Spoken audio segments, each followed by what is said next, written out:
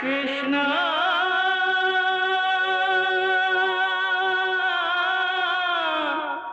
कृष्णा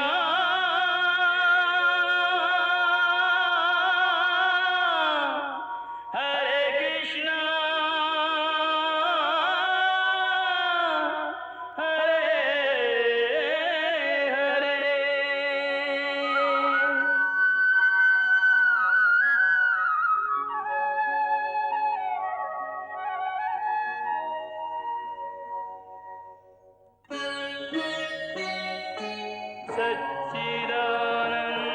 सच्चिदानन्दरूपाय विश्वोत्पत्त्यादिहेतवे तापत्रयविनाशाय श्रीकृष्णाय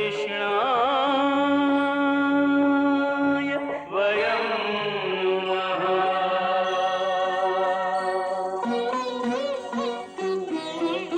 श्रीकृष्ण गोविन्द हरे मुरारे, हे नाथ नारायण वासुदेव। हरे कृष्ण राधे राधे कृष्ण कृष्ण कृष्ण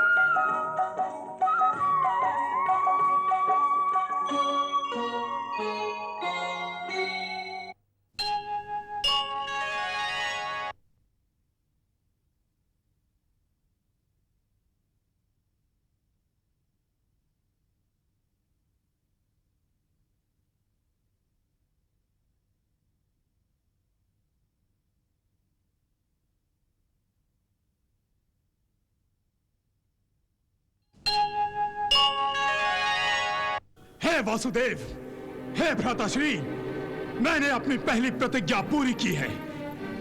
मैंने दुरात्मा दुशासन का वध किया है। मैंने दुरात्मा दुशासन के रक्त से अपने हाथ रंग लिए हैं। अब मैं पापी दुशासन के रक्त से पांचाली द्रौपदी के बालों को नहलाऊंगा, उसके बालों की प्यास बुझाऊंगा, उसके मन में दहकने वाले प्रतिशोध के ज्वालामुखी को ठंडा कर दूंगा।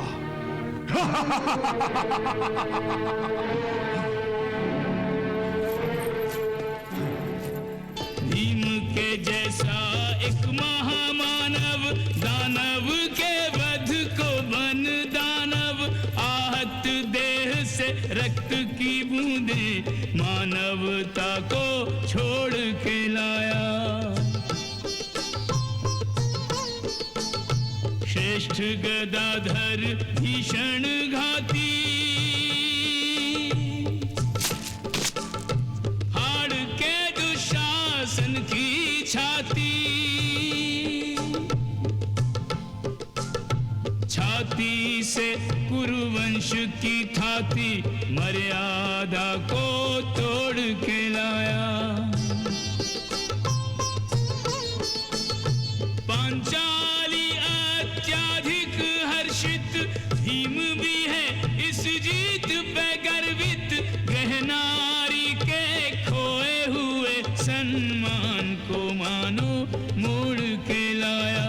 काम नहीं था यह साधारण, एक नारी के हठ के कारण महाभारत के सारे निचोड़ को अपना शौर्य निचोड़ के लाया। अपना शौर्य निचोड़ के लाया। रक्त के रंग से केश रंगा के, रक्त से ही अभिषेक करा के, रक्त प्रिया काली सी द्रौपदी रक्त से रास रचाने लगी है। भूल गई कुल धर्म हिताहित, रक्तिम भेंट से हो प्रोत्साहित।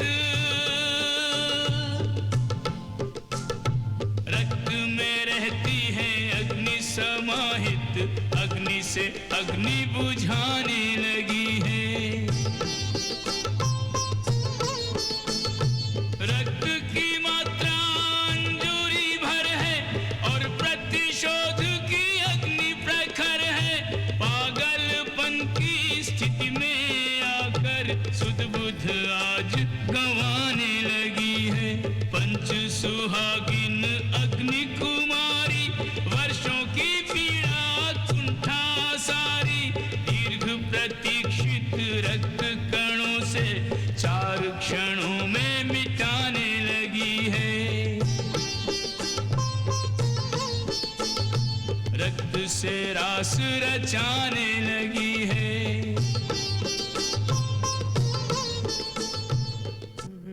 हमारे पुत्र दुशासन की इतनी भयानक मृत्यु। दुशासन,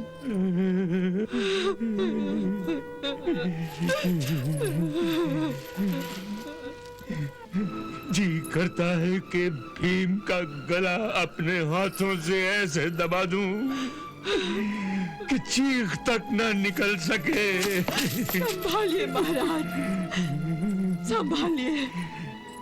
गांधारी, कौरवों के भाग्य में अब केवल गिरना और धरती की धूल चाटना ही रह गया है। हाँ महाराज, सब कुछ तो मिट्टी में मिल चुका है, सब कुछ नष्ट हो चुका है।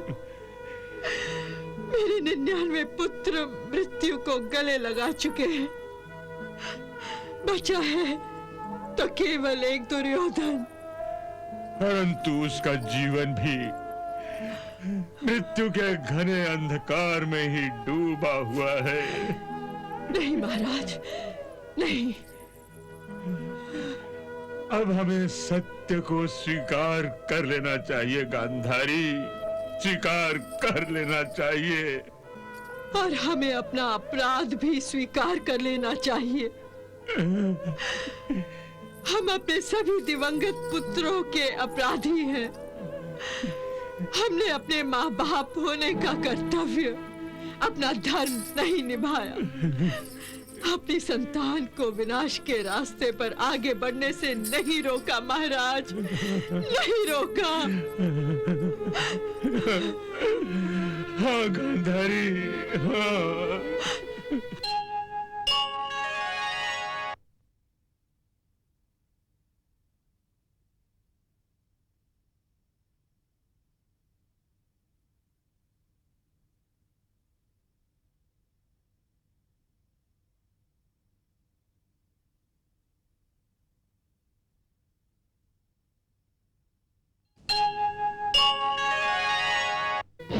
कृपाचार्य,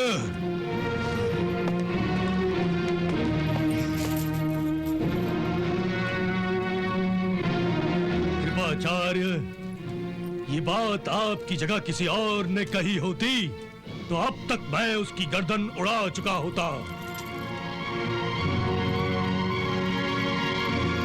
परंतु आपके आदर ने मेरे हाथ को बांध रखा है।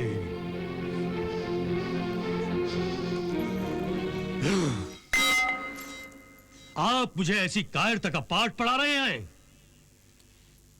मुझसे इस दुर्योधन से कह रहे हैं कि मैं युद्ध भूमि को छोड़कर चला जाऊं?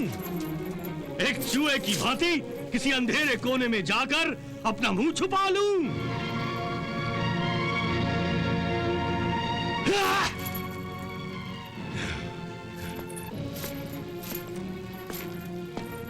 कृपाचार्य, मैं जानता हूं कि ये युद्ध मैं हार चुका हूं, पर मैंने हिम्मत नहीं हारी है। कृपाचार्य, हिम्मत नहीं हारी मैंने। युवराज, मैंने आपको युद्ध भूमि छोड़कर चले जाने की सलाह आपकी भावनाओं को ठेस पहुंचाने के लिए नहीं दी थी।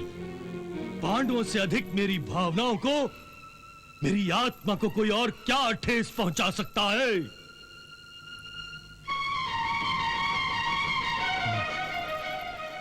उन्होंने मेरे 99 के 99 भाइयों का वध कर दिया, मेरे सभी पुत्रों को मार दिया और मेरे परम मित्र कर्ण का भी वध कर दिया। और आज आपने देखा नहीं मेरे भाई, मेरे अंतिम भाई दुशासन की कितनी विभत्सता से हत्या कर दी,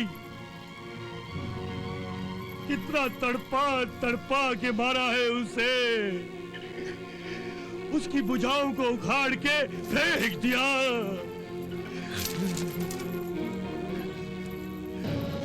वो बेचारा किसी शिकारी के पंजे में फंसे हुए पक्षी की भांति फड़फड़ाता रहा, फड़फड़ाता। इस पर भी उस भीम की वशुता शांत नहीं हुई। दोनों हाथों से उसने दुशासन की छाती को फाड़कर उसका रक्त पी गया, वो उसका रक्त।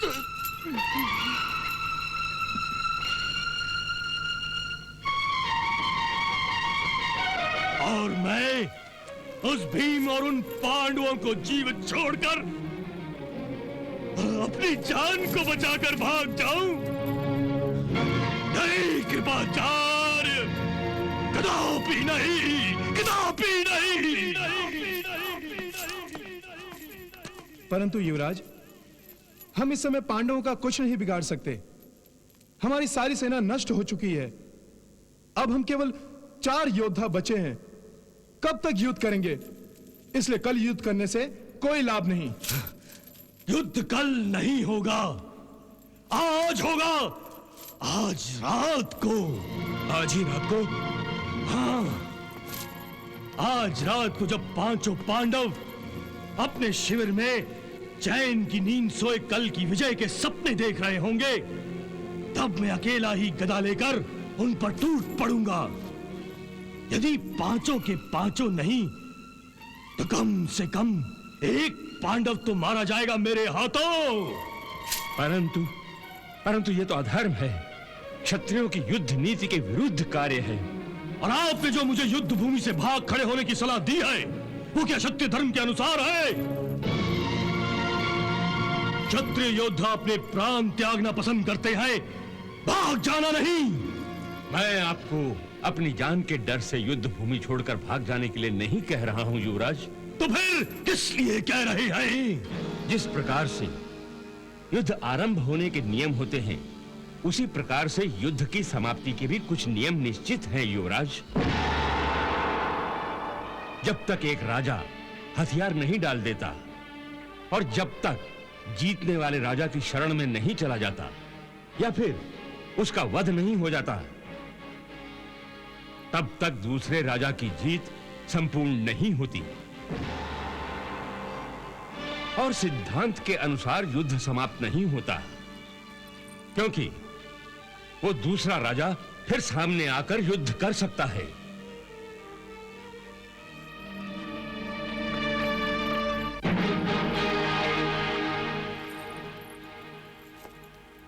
और उसे फिर सामने आकर युद्ध करने के लिए यह आवश्यक है कि वो जीवित रहे। गुरु कृपाचार्य ठीक कह रहे हैं युवराज। अभी हमने ना हथियार डाले हैं, ना शत्रु की शरण में गए हैं, और ना ही हमने हार की घोषणा की है, और ना ही आपका वध हुआ है। और जब तक आप जीवित हैं युवराज, पांडव जीत कर भी जीत की घोषणा नहीं कर पाएंगे। इसलिए आपको स्वयं पांडवों के शिविर में घुसकर और स्वयं अपना बलिदान करके उन्हें विजय अवसर मनाने का अवसर नहीं देना चाहिए युवराज। यही सोचकर मैंने आपको सलाह दी है कि कल युद्ध भूमि पर उतरकर अपनी मृत्यु का तमाशा देखने के बदले रात के इस अंधेरे में आप किसी ऐसी जगह पर जाकर छुप जाइए जहां पांडवों का साया तक न पहुंच सके युवराज।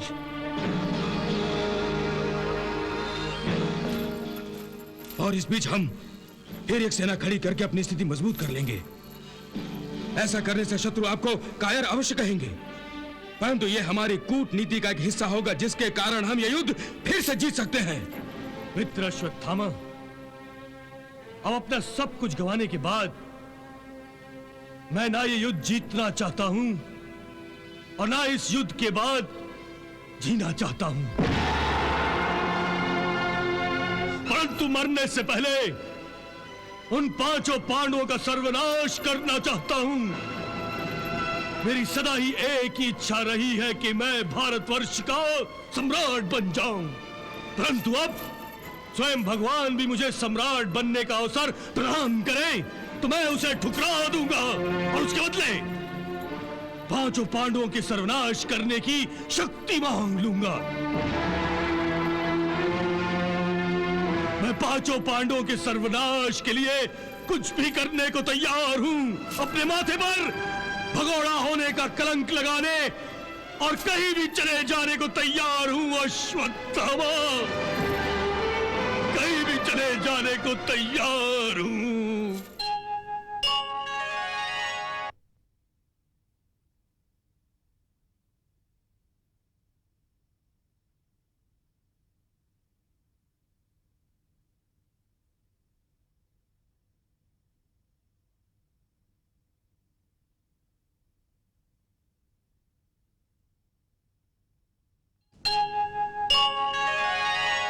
युवराज, आपने ये निर्णय भावुक होकर लिया है, इसलिए एक बार और सोच लीजिए। अधिक भावुक तो मैं तब हुआ था कृपाचार्य, जब मैंने आपकी सलाह पर आप पर क्रोध प्रकट किया। आपने सही ही सुझाव दिया था। अब मैं आपके सुझावों को आदेश समझकर उसका पालन करूंगा। मुझे जाने की आज्ञा दीजिए कृपाचार्य। परंतु आप जाएंगे कहां? कुरुक्षेत्र के उत्तर की ओर में जो सरोवर है वहां। परंतु युवराज, आप सरोवर में कैसे छिपेंगे? मुझे जल को स्तंभित करने की विद्या आती है।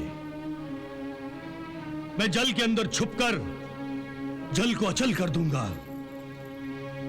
यदि पांडव मुझे ढूंढते ढूंढते वहां तक पहुंच भी गए, तब भी उनको ज्ञात नहीं होगा कि जल के अंदर कोई मनुष्य छुपा है।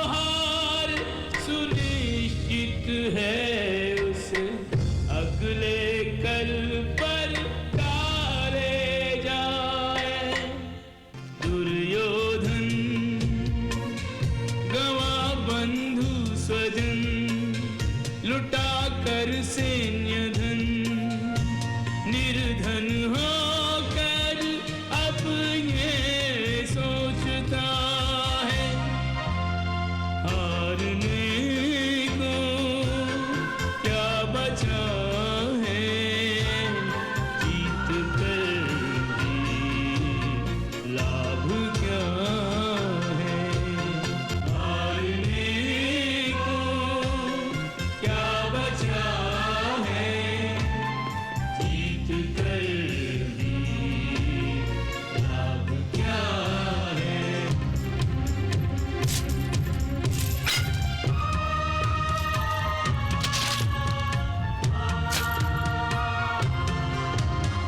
सोचना था तब न सोचा, जागना था तब न जागा, मानना था तब न माना, भागा फिरता अब अभागा, दुर्योधन खोकर बाहुबल, डुबो कर आत्मबल, निर्बल होकर अब ये सोचता है, हारने को क्या बचा है, जीत कर भी लाभ क्या है। दुर्योधन की हठ धर्मी पर असमय प्राण जिन्होंने गंवाए,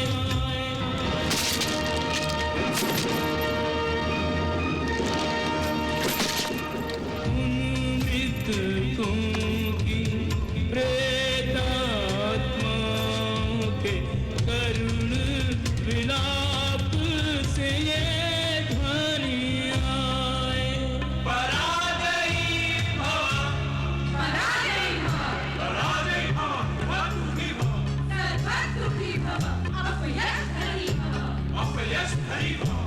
दुर्योधन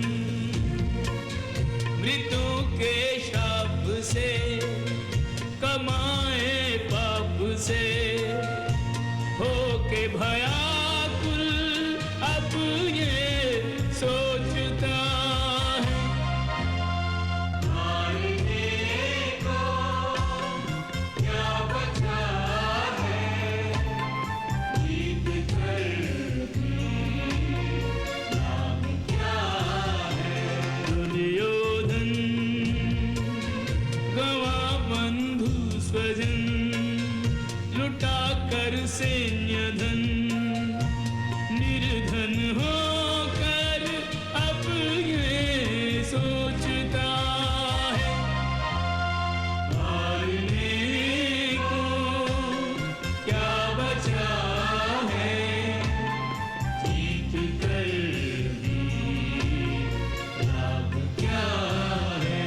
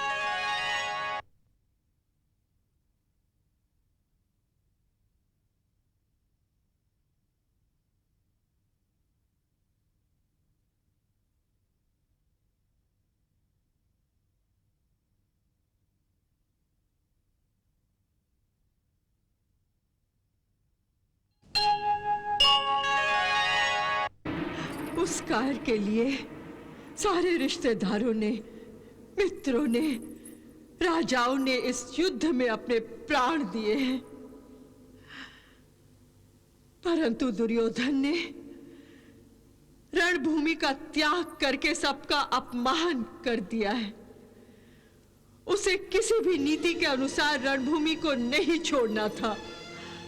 यदि वो युद्ध करते हुए मारा जाता तो मेरा सर गर्व से उठ जाता, परंतु रणभूमि से भागकर उसने मेरा सर शर्म से झुका दिया है।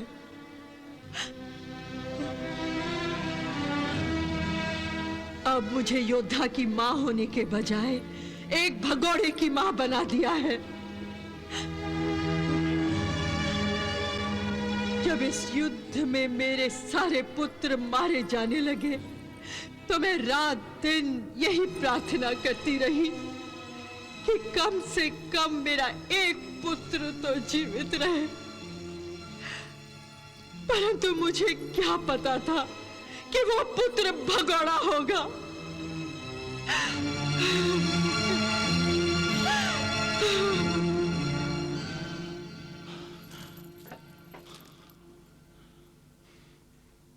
पांडवों के विनाश के सपने देख रहे थे, अंधे कहीं के। हाँ? अंधे? ये तुम किसकी बात कर रहे हो भीम? हस्तिनापुर के अंधों की बात कर रहा हूं मैं। एक तो वो हस्तिनापुर का अंधा महाराज और दूसरा उसका पुत्र दुर्योधन, जो अपने महत्वाकांक्षा में अंधा हो गया था, परंतु समय ने उसके सपनों को चकनाचूर करके रख दिया है और यह बता दिया है कि अंधों को सपने देखने का भी कोई अधिकार नहीं होता। जिन आंखों ने सपने देखने का अपराध किया था, अब वो आंखें आंसू बहाने का दंड भोग रही होंगी। भीमसेन, तुम्हें काकाश्री महाराज धृतराष्ट्र का नाम आदर से लेना चाहिए। भ्राताश्री, मैंने गलत तो नहीं कहा। हस्तिनापुर का सम्राट अंधा ही तो है और उसके अंधेपन के कारण ही तो यह महासंग्राम और यह महाभयंकर नरसंहार हुआ है। फिर भी तुम्हें उनका नाम आदर से ही लेना चाहिए भीमसेन। वो हमारे ज्येष्ठ हैं और उन्हें इस तरह के घोर शब्दों से संबोधित करना तुम्हें शोभा नहीं देता भीमसेन। आप उन्हें ज्येष्ठ कहकर आदर दे रहे हैं। यह अंधा सम्राट तो समस्त कुरुकुल का कलंक है, कलंक। भीमसेन, ताजश्री तुम्हारे पिता के समान है। कुल ज्येष्ठ, तातश्री अर्थात पिताश्री। हाँ। भीमसेन, तुम उनका तिरस्कार मत करो। आप करें उनसे प्रेम, आप करें उनका आदर। कुरुकुल का सर्वनाश करने का जो अपराधी है, ऐसे ज्येष्ठ का मैं सम्मान नहीं कर सकता। किसी का सम्मान पाने के लिए उसे योग भी होना चाहिए। भ्राताश्री, आप भुला सकते हैं, परंतु मैं भूल नहीं सकता आपके ताजश्री के उपकारों को। भीमसेन, तुम्हारे मन में ताजश्री के लिए इतनी कड़वाहट भरी है? कड़वाहट क्यों नहीं होगी भ्राताश्री? क्या इसी पिता समान महाराज ने दुर्योधन द्वारा हमें लाक्षागृह में जलाकर मारने के षड्यंत्र नहीं रचा था? क्या इसी ताजश्री ने हस्तिनापुर के 2 टुकड़े करके हमें खांडव वन का बंजर विभाग राज्य करने के लिए नहीं दिया था? क्या आपके इसी कुल ज्येष्ठ ने कुल की बहू के अनादर पर मौन धारण नहीं किया था?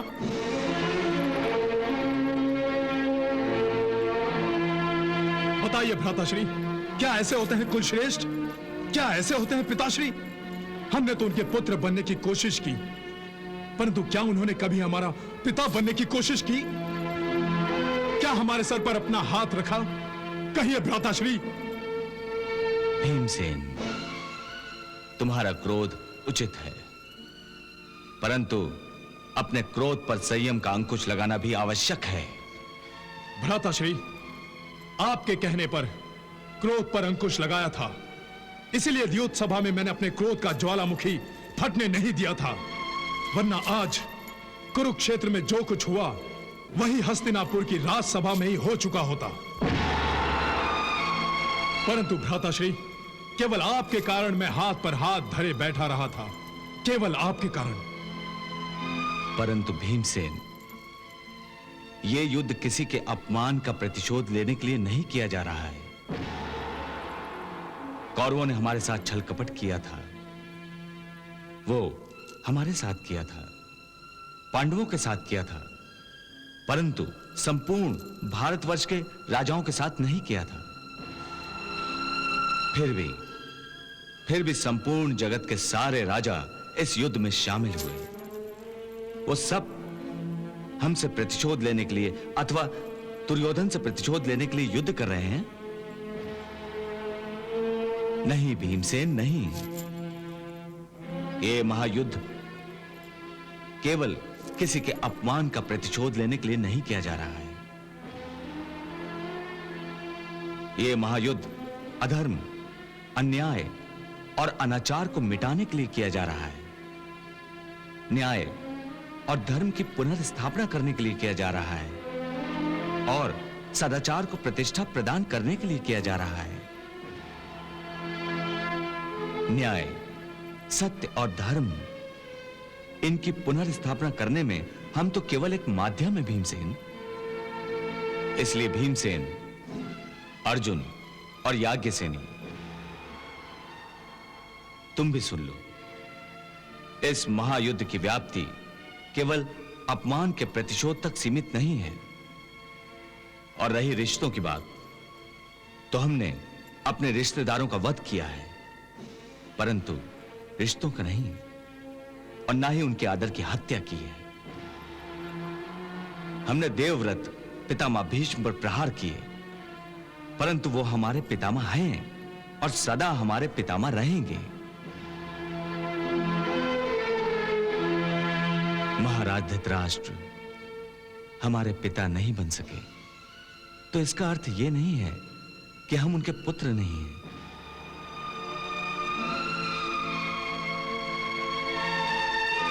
महाराज धृतराष्ट्र ने अधर्म किया, परंतु हम अधर्म कैसे कर सकते हैं? और फिर हम में और दुर्योधन तथा दुशासन में अंतर ही क्या रह जाएगा भीमसेन? तुम सब जानते हो और द्वारकाधीश श्री कृष्ण ने भी बार बार जताया है कि यह युद्ध धर्म की स्थापना के लिए हो रहा है। यदि हम स्वयं अपने प्रतिशोध के आग में अंधे होकर धर्म के रास्ते से हटकर चलेंगे, तो फिर इस धर्म युद्ध का उद्देश्य नष्ट हो जाएगा भीमसेन, उद्देश्य नष्ट हो जाएगा।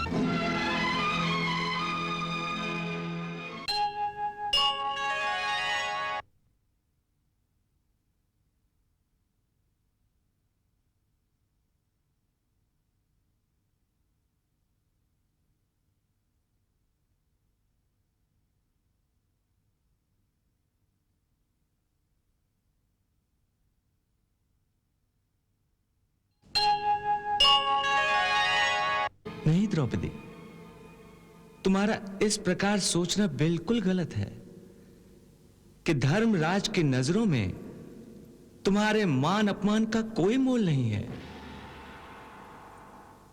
जब उन्होंने यह कहा कि इतना भीषण युद्ध किसी एक व्यक्ति के मान या अपमान के लिए नहीं लड़ा जा रहा है, तो उनकी बात में एक गहरी सच्चाई थी। उसके गूढ़ अर्थ को समझने की कोशिश करो। केशव, तुम मेरे भाई हो और सखा भी, फिर भी पांडवों का पक्ष ले रहे हो? नहीं द्रौपदी, मैं न पांडवों का पक्षपाती हूं और न ही तुम्हारा विरोधी। मैं तो केवल धर्म का पक्ष लेता हूं।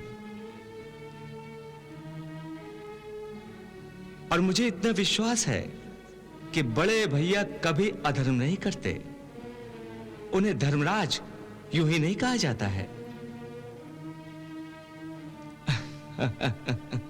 इसलिए उन्होंने जो भी कहा होगा वो सत्य ही होगा, और यह सत्य तुम्हें पहले ही समझ लेना चाहिए था, क्योंकि तुम कोई साधारण स्त्री नहीं हो पांचाली, याज्ञसेनी हो। तुम्हारा जन्म यज्ञवेदी से हुआ है। अब भी समझो इस सत्य को कि यह युद्ध ना ही पांडवों के हारे हुए राजपाट को वापस लेने के लिए हो रहा है और ना ही तुम्हारे अपमान का बदला लेने के लिए हुआ है। ये युद्ध ना ही मेरे अपमान का बदला लेने के लिए हो रहा है और ना ही पांडवों को उनके राज्य का अधिकार दिलाने के लिए हो रहा है। तो फिर केशव इस युद्ध की आवश्यकता क्यों है? यह युद्ध इसलिए हो रहा है कि चाहे राजा हो या रंक, उसके अधिकार को राजा या कोई बलवान अपनी शक्ति का दुरुपयोग करके छीन न ले। धर्म की बात यह है कि यह धरती किसी एक की संपत्ति नहीं है। इस पर सब प्राणियों का बराबर बराबर अधिकार है और जब इस धरती पर किसी को सुई की नोक के बराबर भी धरती का टुकड़ा देने से इनकार किया जाता है तो यह संसार के विधाता का अपमान है। उसकी बनाई हुई धरती पर उसके रचे हुए मानव को सिर छुपाने की जगह न मिले तो यह अधर्म है। यदि यह युद्ध ना होता पांचाली तो ईश्वर की समस्त पृथ्वी पर अधर्मी राजा और अधर्म का राज स्थापित हो जाता। हां द्रौपदी, इसीलिए कहता हूं कि इस महायुद्ध को मैंने करवाया है। ये पांडव, ये तो केवल मेरा माध्यम थे।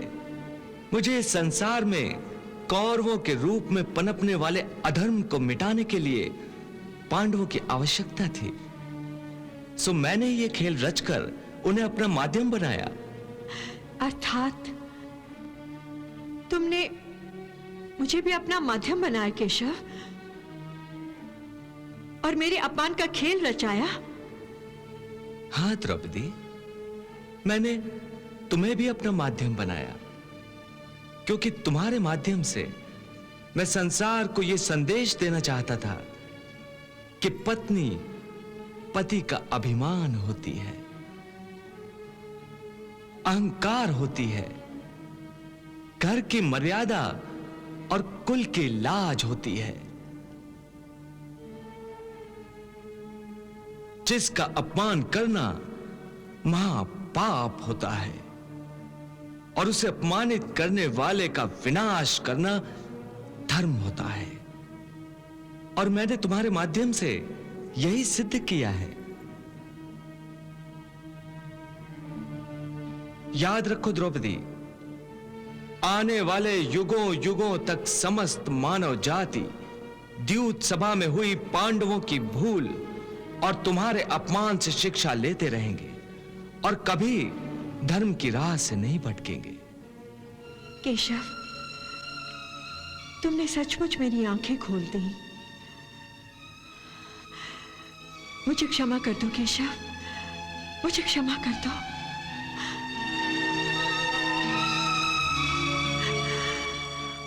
अपने अपमान का बदला लेने की धुन में थोड़ी देर के लिए मैं ये भूल गई थी कि तुम तो भगवान हो। तुम्ही ने ही मेरी लाज की रक्षा की थी। यदि तुम केवल मेरे अपमान का बदला लेना चाहते तो उसी क्षण बदला ले सकते थे, परंतु नहीं, तुमने ऐसा नहीं किया। तुमने ऐसा नहीं किया क्योंकि भगवान बनकर एक नारी की लाज के लिए तुम लाखों योद्धाओं का खून कभी नहीं बहाते, कभी नहीं बहाते केशव। और फिर तुमने ही तो कहा है कि तुमने मनुष्य अवतार में जन्म धर्म की स्थापना के लिए ही लिया है, धर्म की स्थापना के लिए ही लिया है। तुम धन्य हो केशव, तुम धन्य हो।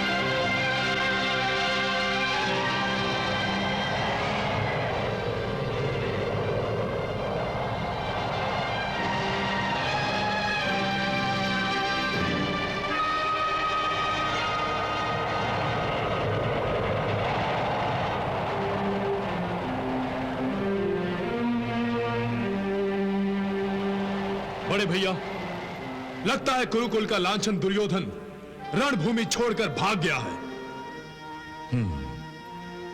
कल रात हम अपनी जीत की खुशी में मस्त रहे, इसीलिए रात के अंधेरे का लाभ उठाकर दुर्योधन कहीं छुप गया है।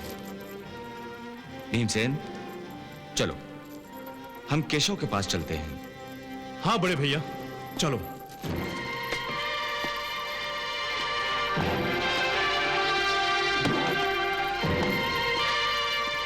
आइए केशव।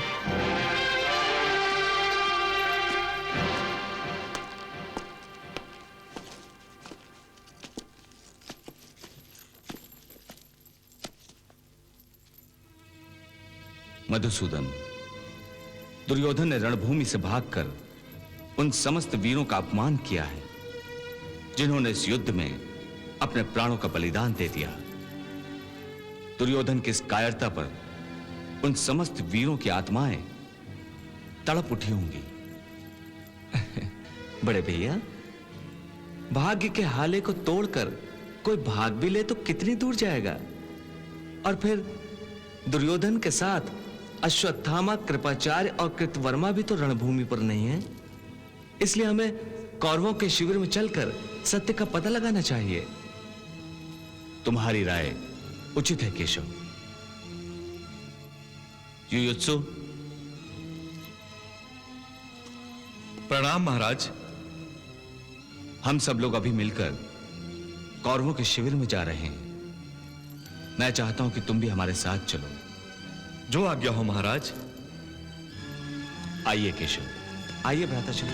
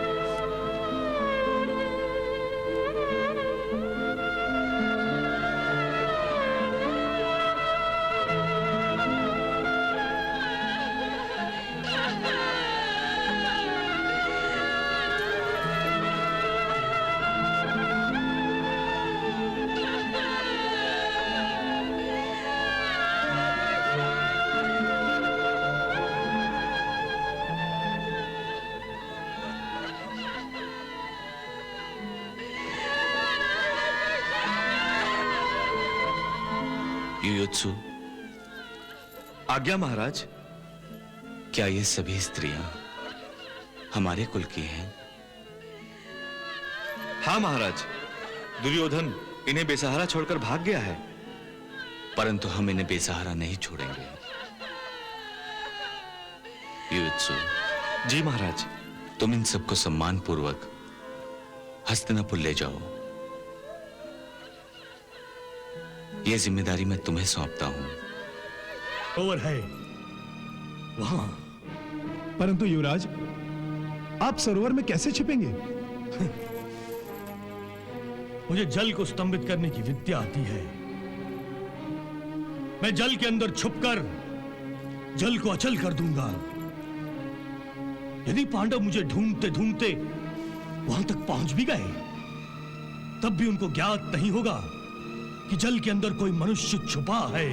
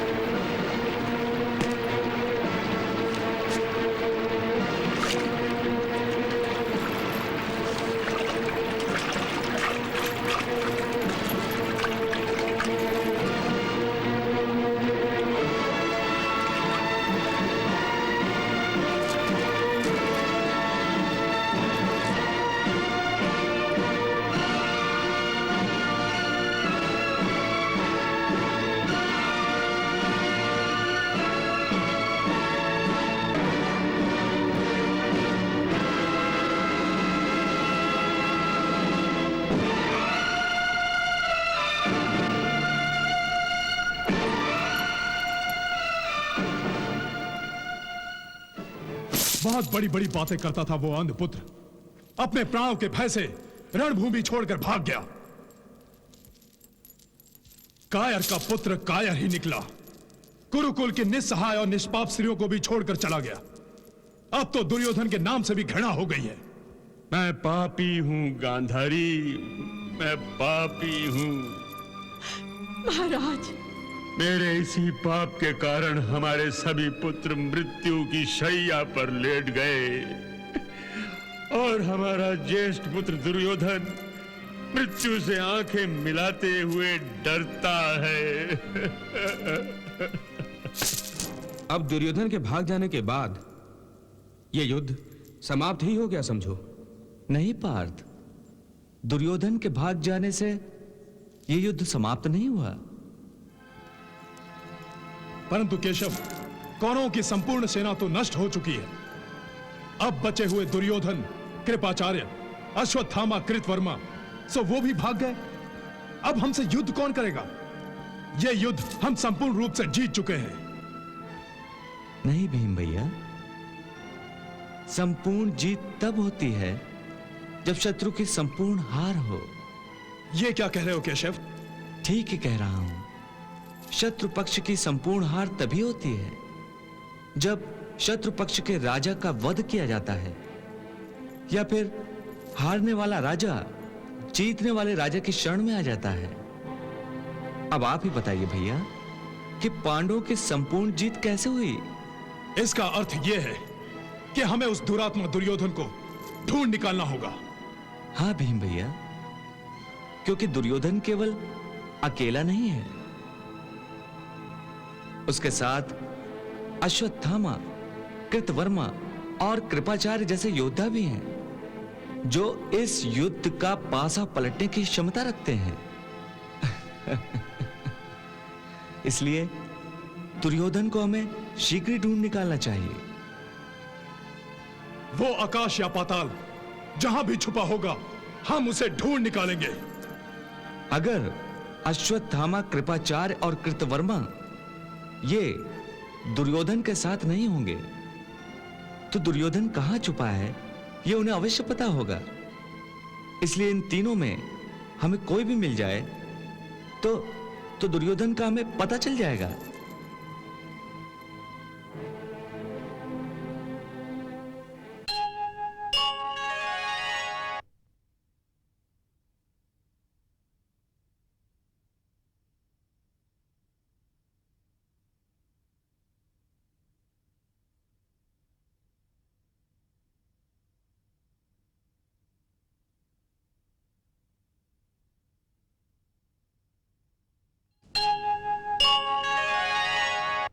गुप्तचरों, जाओ दुर्योधन के साथ अश्वत्थामा, कृपाचार्य और कृतवर्मा, इन सभी को ढूंढ निकालो। जाओ कुरुक्षेत्र की धरती का चप्पा चप्पा छान मारो। जंगल, पहाड़, बस्ती, जहां कहीं भी ये छुपे हो इन्हें बाहर निकालो।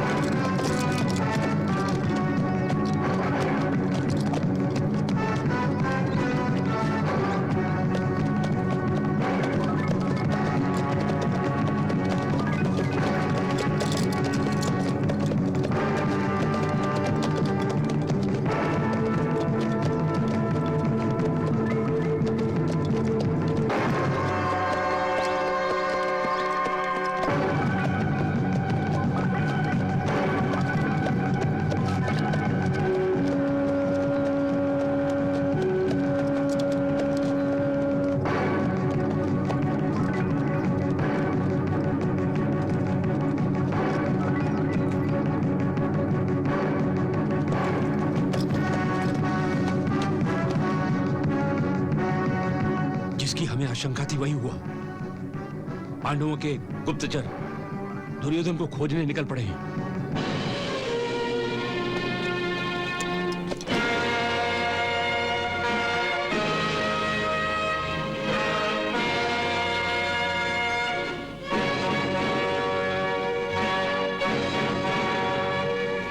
नकुल जी। इस घने जंगल में हमारे रथ नहीं जा सकते। इसके आगे हमें दुर्योधन को ढूंढने के लिए पैदल ही जाना होगा। जी भ्राताश्री।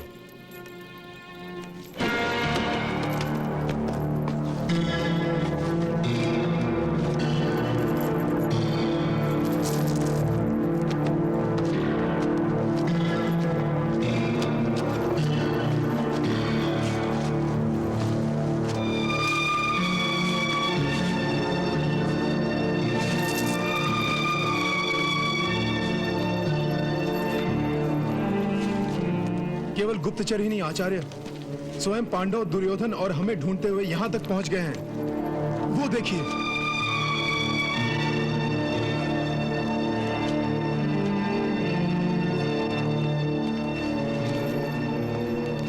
अच्छा हुआ भीम ने हमें नहीं देखा, परंतु यदि भीम ने दुर्योधन के छुपने के गुप्त स्थान को देख लिया तो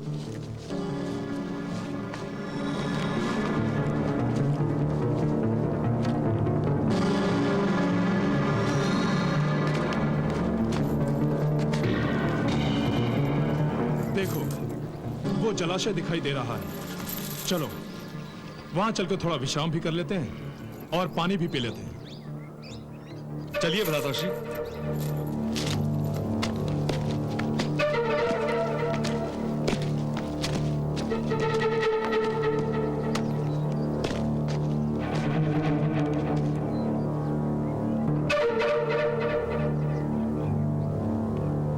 देख रहे हो नकुल?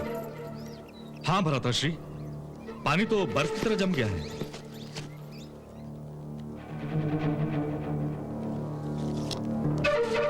आश्चर्य है, ठंड तो इतनी अधिक नहीं है, फिर भी पानी जमकर बर्फ हो गया है।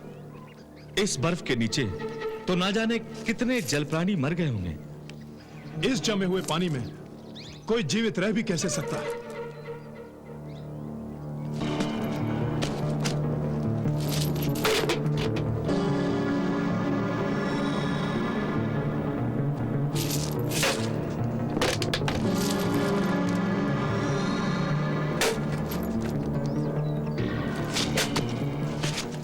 बड़े भैया, यहां रुककर हमें अपना समय नहीं गंवाना चाहिए। यहां तो कोई छुप ही नहीं सकता। हाँ नकुल, तुम ठीक कह रहे हो। चलो चलते हैं। चलिए।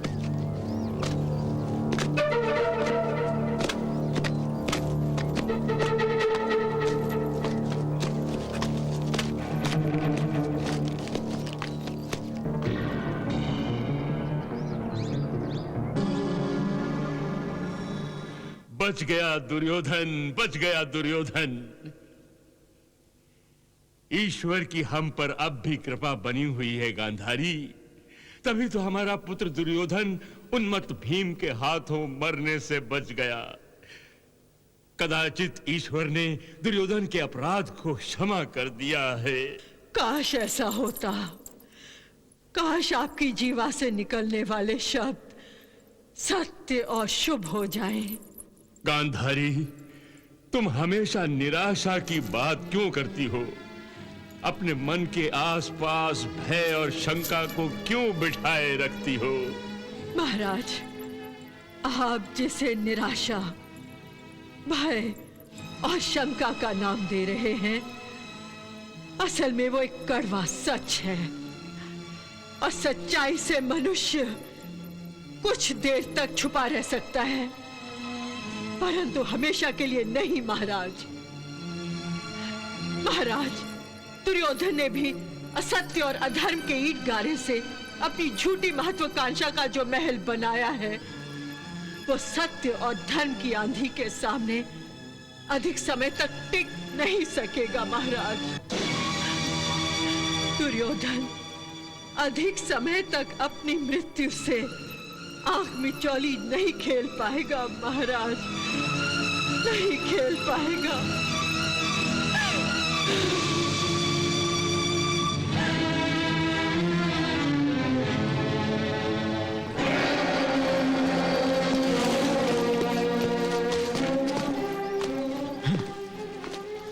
समझ में नहीं आता वो भगोड़ा कहां छुप गया।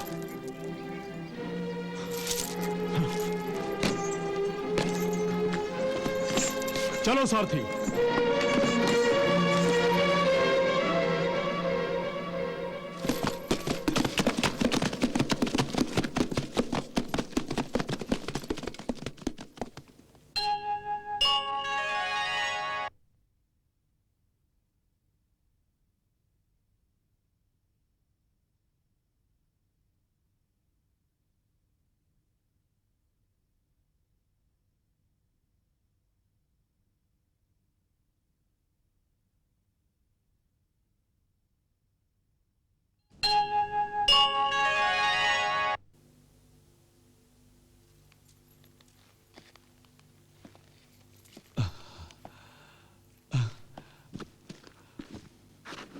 भीमसेन, कुछ पता चला?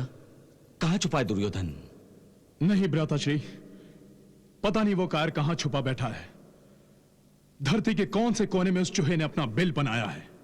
यदि दुर्योधन नहीं पकड़ा गया तो क्या कृपाचार्य, अश्वत्थामा और कृतवर्मा का भी कोई पता नहीं चला? हमारे गुप्तचरों ने इनकी खोज में जमीन आसमान एक कर डाला है, खंगाल डाला है सारे इलाके को, परंतु इनमें से कोई हमारे हाथ नहीं आया। पता नहीं इन्हें जमीन खा गई या आसमान निकल गया।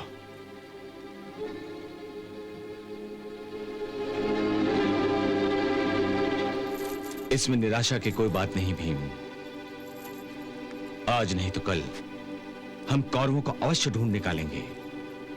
कृपाचार्य, अश्वत्थामा और कृतवर्मा, यदि इनमें से किसी एक का भी पता चल गया तो फिर हम आसानी से दुर्योधन तक पहुंच जाएंगे।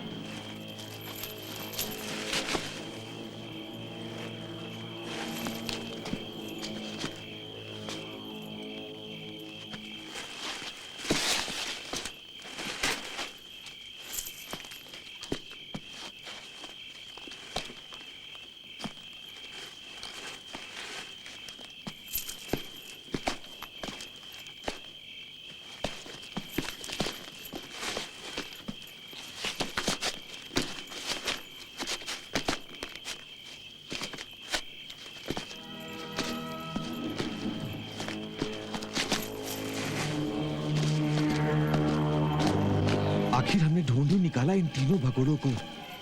अब अश्वत्थामा, कृपाचार्य और कृतवर्मा बच नहीं सकते। चलो हम महाराज युधिष्ठिर को इनकी खबर करते हैं। नहीं, हमें इनका पीछा करना चाहिए। ये अवश्य ही दुर्योधन से मिलने जा रहे होंगे। हाँ, तुम ठीक कहते हो। चलो।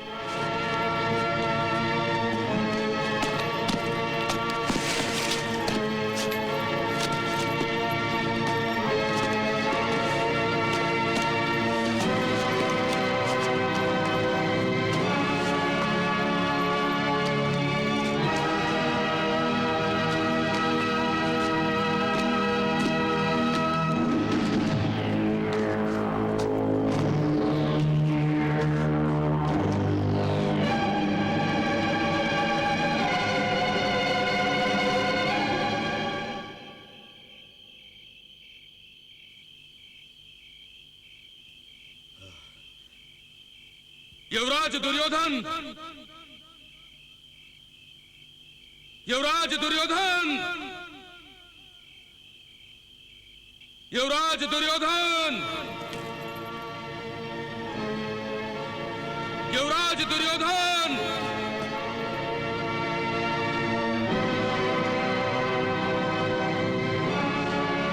युवराज दुर्योधन!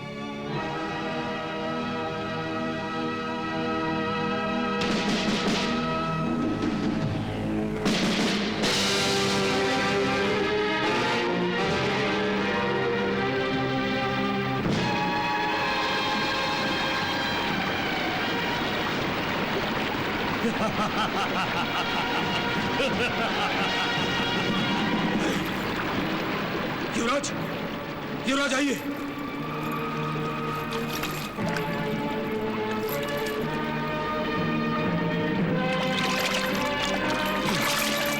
युवराज, युवराज!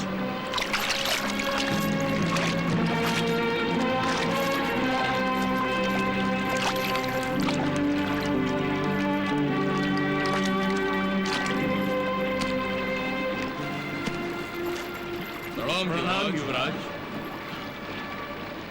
भीम और नकुल मुझे ढूंढते ढूंढते यहां तक पहुंचे थे, परंतु संयोग से मैं बच गया। और उनके गुप्तचर, वो हम तीनों को भी ढूंढ रहे हैं। अब यहाँ और ठहरना खतरे से खाली नहीं है। युवराज को मैंने सरोवर के अंदर छुपने की सलाह केवल एक दिन के लिए दी थी, क्योंकि मैं जानता था कि एक दिन में पांडव चारों दिशाओं में घोड़े दौड़ाकर ढूंढने की चेष्टा करेंगे। उनसे दूर भागना असंभव था। परंतु अब जब पांडव धोखा खा के आगे निकल गए हैं, तो हमें छुपने के लिए किसी और सुरक्षित स्थान की खोज करनी होगी। जल्द से जल्द भागने के लिए हमें अच्छी और तेज रथ की आवश्यकता है। नहीं कृतवर्मा, नहीं। रथ अपने पीछे निशान छोड़ जाता है। यदि युवराज दुर्योधन यहाँ पर रथ से आए होते, तो पांडवों के रथ के निशान देखकर अवश्य संदेह होता कि युवराज दुर्योधन यहाँ पर छिपे हुए हैं। इसलिए रथ की बात को भूल जाइए। अश्वत्थामा, तुम्हारे कहने का अर्थ यह है कि अब हमारे पास पैदल निकलने के अतिरिक्त कोई विकल्प नहीं है। तो फिर हमें समय नष्ट किए बिना इसी क्षण चल पड़ना चाहिए। नहीं कृतवर्मा, नहीं। अभी तो अंधेरा है, परंतु कुछ समय बाद सूर्योदय होने वाला है और पांडवों के गुप्तचर हमारी खोज में हैं। अपनी नजरों के जाल बिछाए हमारी प्रतीक्षा में बैठे होंगे। कृपाचार्य जी, आप ठीक कह रहे हैं, लेकिन यहाँ रुकना भी तो ठीक नहीं है। यहाँ पर खतरा ही खतरा है। ये खतरा तो हमें मोल लेना ही होगा। कम से कम कल रात तक आपको यही छिपे रहना होगा युवराज।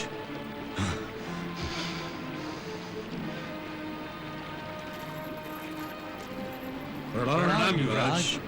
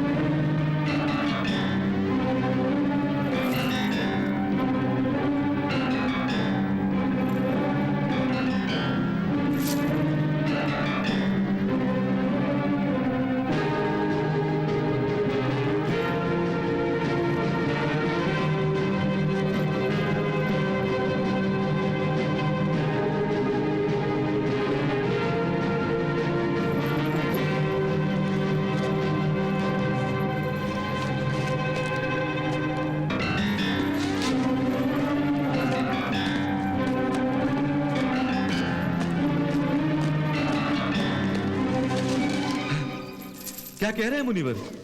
युद्ध समाप्त भी हो गया? बलराम भैया, इस महायुद्ध में सब नाश हो गया। सारी सेनाएं लाशों के ढेर में बदल गई हैं। यहां तक कि चिताओं के लिए लकड़ियां भी दुर्लभ हो गई हैं। कुरुक्षेत्र से लाशों की सड़ान आ रही है। मैं जानता था इस महायुद्ध का परिणाम सर्वनाश के अतिरिक्त कुछ हो ही नहीं सकता, और इतना भयंकर विनाश में अपनी आंखों से देख नहीं पाता। इसलिए मैं यहां तीर्थ यात्रा पर चला आया। परंतु मुनिवर, कौन से पक्ष की जीत हुई?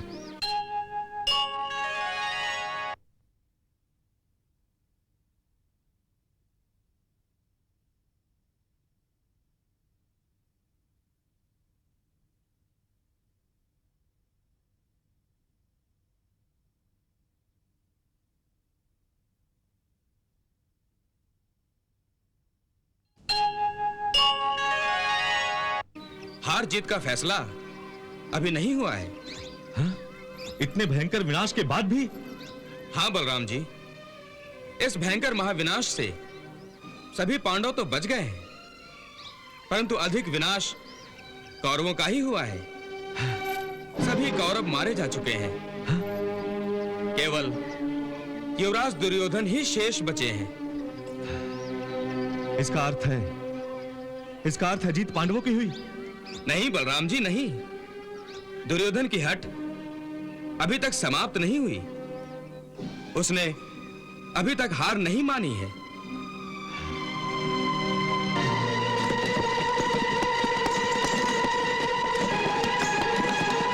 सारथी, रथ की गति बढ़ाओ, वायु से भी अधिक तेज भगाओ। मैं पलक झपकते ही दुर्योधन के पास पहुंचना चाहता हूं। मैं उस अंधपुत्र को भागने का अवसर नहीं दूंगा। जल्दी चलो।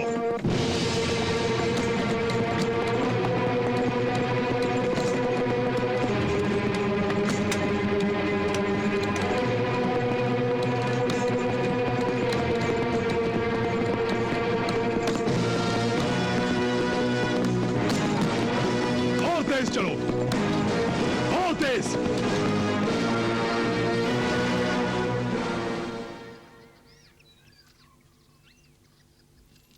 उस सरोवर तक पहुंचने के लिए इस घने जंगल में हमें पैदल ही जाना होगा।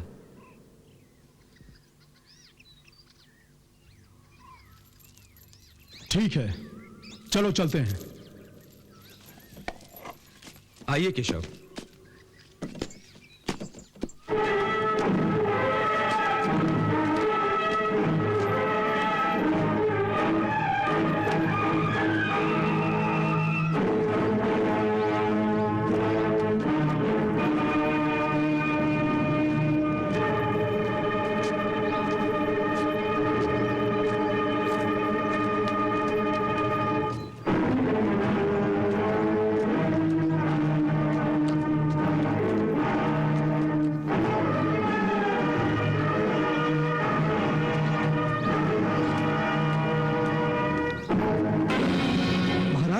मैंने इसी सरोवर के तट पर अश्वत्थामा, कृपाचार्य और कृतवर्मा को देखा है, जो युवराज दुर्योधन को पुकार रहे थे।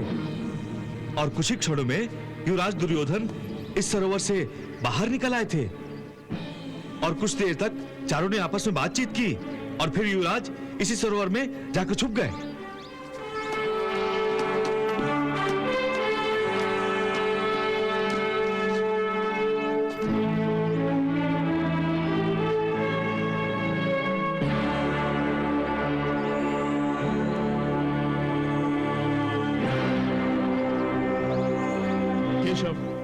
मैं दुर्योधन की खोज करते करते इसी सरोवर के तट पर आकर रुक गया था, परंतु स्तंभित जल को देखकर मैं अचंभित हो गया था।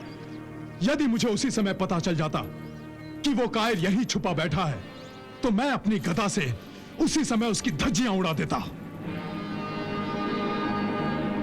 इसका अर्थ यह हुआ कि दुर्योधन मायावी विद्या भी जानता है। चिंता करने की कोई बात नहीं पार्थ। बड़े भैया महाराज युधिष्ठिर भी जल स्तंभन करने की विद्या जानते हैं और इसका तोड़ भी इनके पास है। बड़े भैया ही इस सरोवर के जल स्तंभन को नष्ट करेंगे। आज मैं अभी इस सरोवर के जल स्तंभन को नष्ट करके महाभारत के मुख्य अपराधी को सबके सामने लेकर आता हूं। नकुल,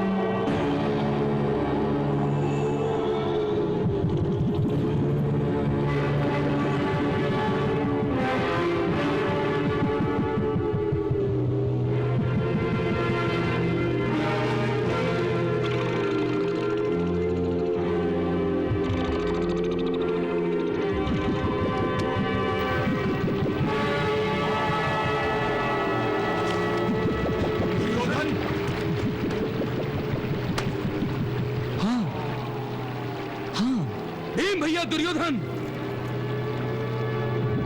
दुर्योधन! महाराज, भाग्य ने एक और असफलता युवराज दुर्योधन की झोली में डाल दी है। पांडव युधिष्ठिर ने युवराज द्वारा किए जल स्तंभन को नष्ट कर दिया है। क्या?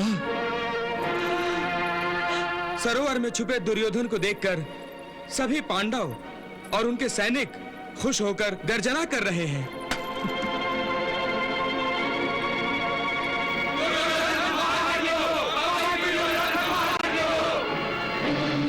माताजी, देख लिया कुरुकुल के कलंक को। मैंने तो सुना था कि लोग चुल्लू भर पानी में डूब मरते हैं, परंतु इस निर्लज को तो इस सरोवर में डूबकर भी मौत नहीं आई। भीम भैया, ऐसे पापी, कायर और निर्लज को मृत्यु भी अपनी शरण में लेने से इनकार करती है। हाँ धनंजय, यह अंधपुत्र तो सदा ही अपने आप को महाबलशाली समझता रहा, परंतु जब अपने प्राणों की बारी आई तो मैदान छोड़कर भाग खड़ा हुआ, कायरों की भांति छुप गया। भीम भैया, आप किसे बलशाली कह रहे हैं? किसे? इस नपुंसक दुर्योधन को? इस नपुंसक दुर्योधन को जिसने भारतवर्ष के सारे राजाओं और समस्त कुरुकुल का संहार, भीषण संहार करवाया है। अरे ये निर्लज तो अबला नारियों के अपमान को ही अपना पुरुषार्थ समझता है। सचमुच ये तो कुरु वंश का कलंक है, कलंक। हे युवराज, आप पानी से बाहर आएंगे भी या यूं ही बैठे बैठे अपनी कायरता का गुणगान सुनते रहेंगे?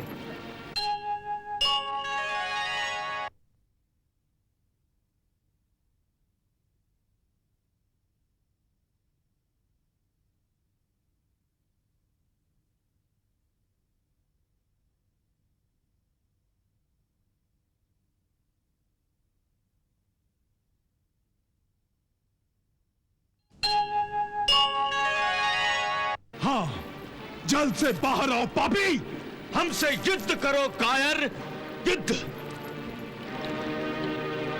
हे दुर्योधन, तुमने हमेशा अन्याय और अधर्म किया है, परंतु मैं तेरे साथ कोई अन्याय और अधर्म करना नहीं चाहता। इसलिए सीधी तरह से जल से बाहर निकला और क्षत्रिय धर्म के अनुसार हमसे युद्ध कर। यदि तुमने हमें परास्त कर दिया तो तुम भारतवर्ष के सम्राट कहलाओगे, अन्यथा वीर गति को प्राप्त होकर स्वर्ग जाओगे। दोनों ही स्थिति में तुम्हारी कीर्ति है दुर्योधन। इसलिए कायरता को छोड़कर वीरता से इस जल से बाहर आओ और हमसे युद्ध करो।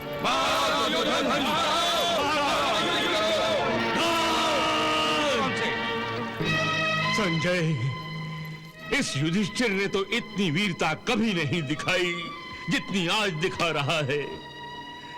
पहले मेरा पुत्र दुर्योधन उसे युद्ध के लिए ढूंढता था और वो छुपा छुपा फिरता था, परंतु आज अचानक पांचों के पांचों पांडव वीर बन गए हैं।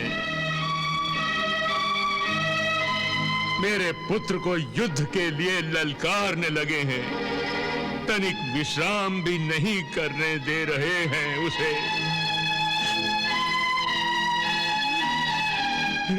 संजय, मुझे बताओ, क्या दुर्योधन ने पांडवों की चुनौती को स्वीकार कर लिया? क्या वो पानी से बाहर आ गया?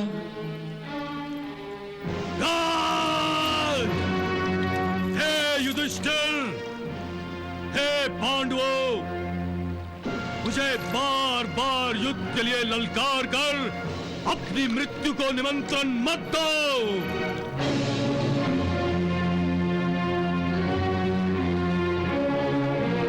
यदि मैं जल से बाहर आ गया तो तुम्हारा सर्वनाश निश्चित समझो। यदि तुम में हमारा विनाश करने की क्षमता होती तो एक भगोड़े की भांति भागकर यूं सरोवर में मुंह छुपाकर ना बैठते। मैं यहाँ छुप कर नहीं बैठा हूं अर्जुन। मैं बार बार युद्ध करके थक गया था, इसलिए मैं यहाँ विश्राम कर रहा हूँ। और अब मुझे कोई युद्ध करने की इच्छा नहीं रही, क्योंकि इस युद्ध में भारतवर्ष के समस्त राजाओं का संहार हो चुका है। अब ये धरती उन योद्धाओं के बिना अलंकार रहित किसी विधवा स्त्री के समान हो गई है। अब इस धरती का सम्राट बनकर मैं क्या करूंगा? इसीलिए मैं मेरा समस्त राजपाट तुम्हें दान में देता हूं और मन शांति के लिए मृग छाल पहनकर वन में जाना चाहता हूं। वाह दुर्योधन वाह, तुम मृत्यु के भय से इतना बदल जाओगे, ये तो मैंने सोचा भी नहीं था। वाह, सदा ही दूसरों के अधिकार को छीनने वाला आज महादानी बन गया है।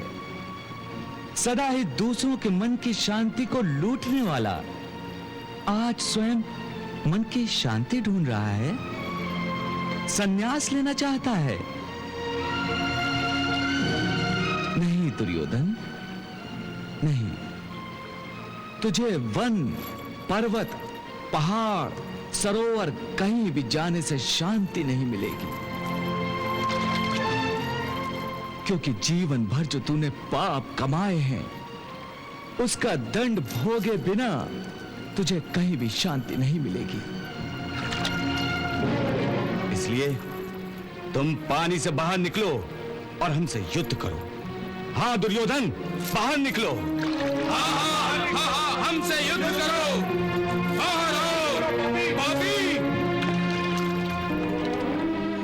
मेरा दुर्योधन अकेला पड़ गया गांधारी। मेरा दुर्योधन अकेला पड़ गया।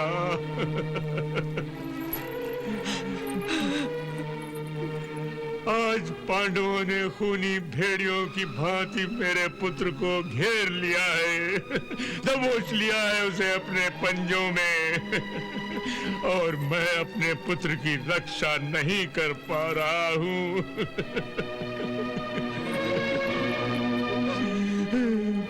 पिता होकर, एक राजा होकर भी अपने पुत्र को नहीं बचा पा रहा हूं। संजय, यदि तुम मेरा संदेश पांडवों तक पहुंचा सकते हो तो तुम पांडवों से कहो कि मैं अपना सब कुछ छोड़ने को तैयार हूं। मैं अपना राजपाट, धन दौलत सब कुछ छोड़ दूंगा। बदले में वो मेरे पुत्र दुर्योधन को छोड़ दे। मैं उसे लेकर वन में चला जाऊंगा, परंतु वो मेरे दुर्योधन को छोड़ दे, मेरे दुर्योधन को छोड़ दे। महाराज, पांडव कदाचित दुर्योधन को छोड़ भी सकते हैं, परंतु वो अपने कर्मों के भुगतान से कभी नहीं बच सकता महाराज, कभी नहीं। महाराज, इस समय मेरे हृदय को जितनी पीड़ा दुर्योधन के दुख से हो रही है, उससे कहीं अधिक पीड़ा आपके पुत्र प्रेम से हो रही है। ये क्या कह रही हो गांधारी? मैं ठीक कह रही हूँ महाराज। आपका पुत्र प्रेम जो आप अमृत समझकर दुर्योधन को पिला रहे थे, वो अमृत ही आज विष बनकर रह गया है महाराज, विष बनकर रह गया है।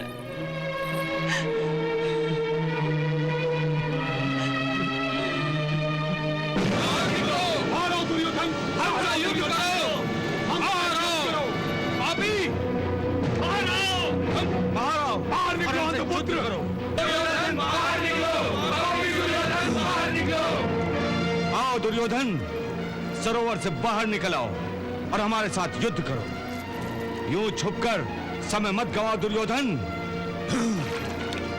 मैं तुम्हें युद्ध करने का अवसर दे रहा हूं दुर्योधन, उसका पूरा लाभ उठाओ।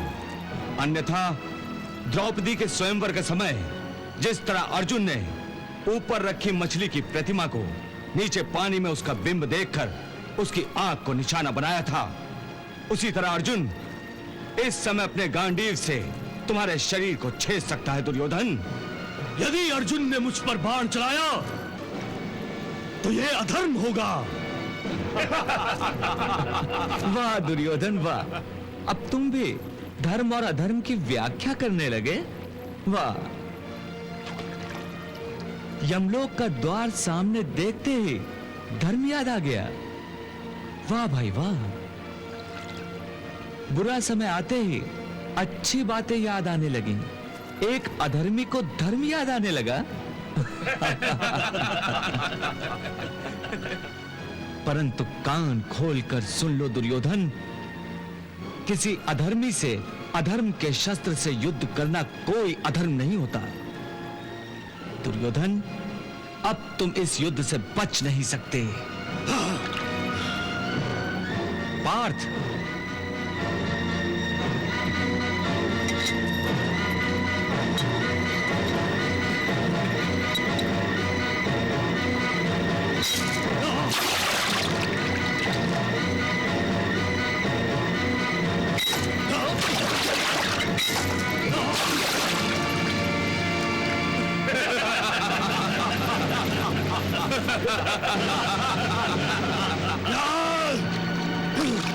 मैं अवश्य युद्ध करूंगा युधिष्ठिर, मैं अवश्य युद्ध करूंगा, परंतु मैं ये युद्ध करूंगा कैसे?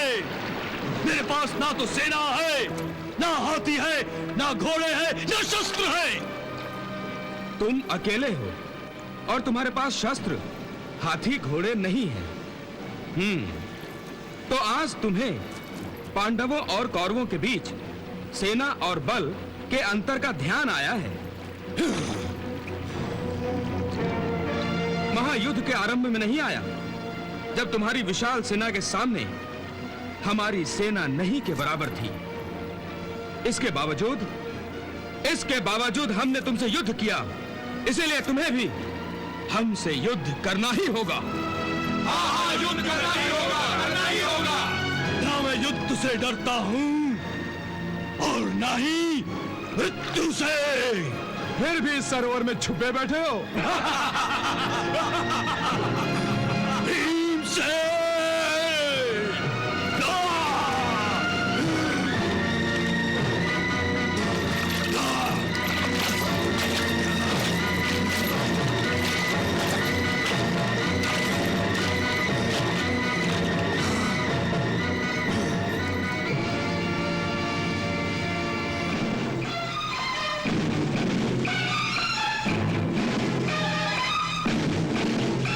अच्छा ही हुआ दुर्योधन कि तुम युद्ध करने के लिए तैयार हो गए। ये अच्छा नहीं हुआ तुम सबके लिए, क्योंकि मैं अब भी कृष्ण सहित तुम सब पांडवों का वध करने की क्षमता रखता हूं। तुम सब ने मेरा उपहास, मेरा पान करके अपनी मृत्यु को ललकारा है। युधिष्ठिर, मैं निशस्त्र होकर भी तुम्हारे और तुम्हारे चारों भाइयों का वध करूंगा। मेरे सारे भाई मारे गए, अब तुम मेरे हाथों मारे जाओगे।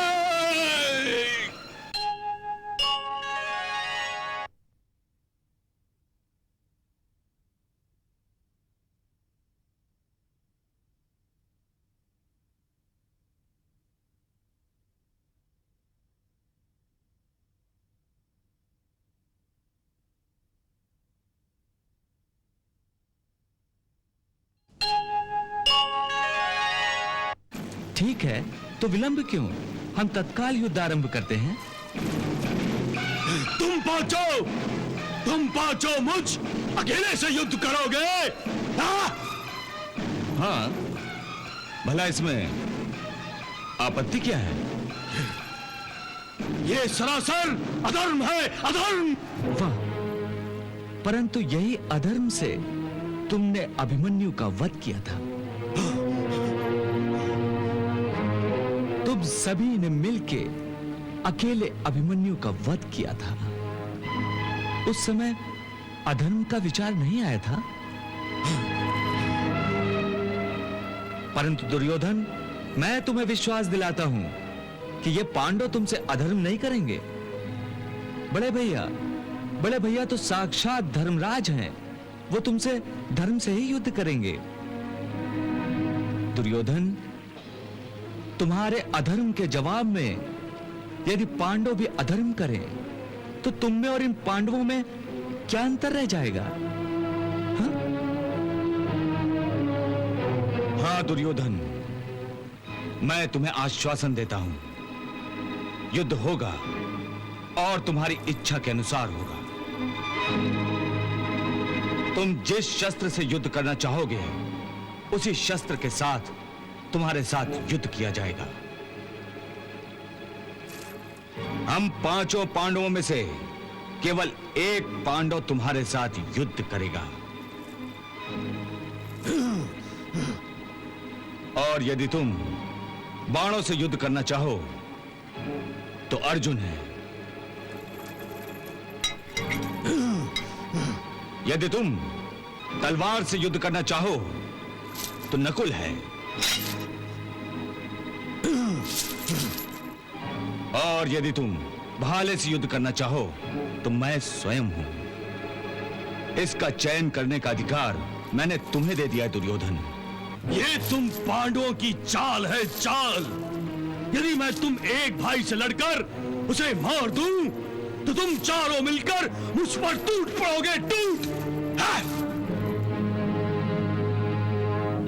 और फिर मुझे तुम चारों से युद्ध करना पड़ेगा। युधिष्ठिर, ऐसे युद्ध से क्या लाभ?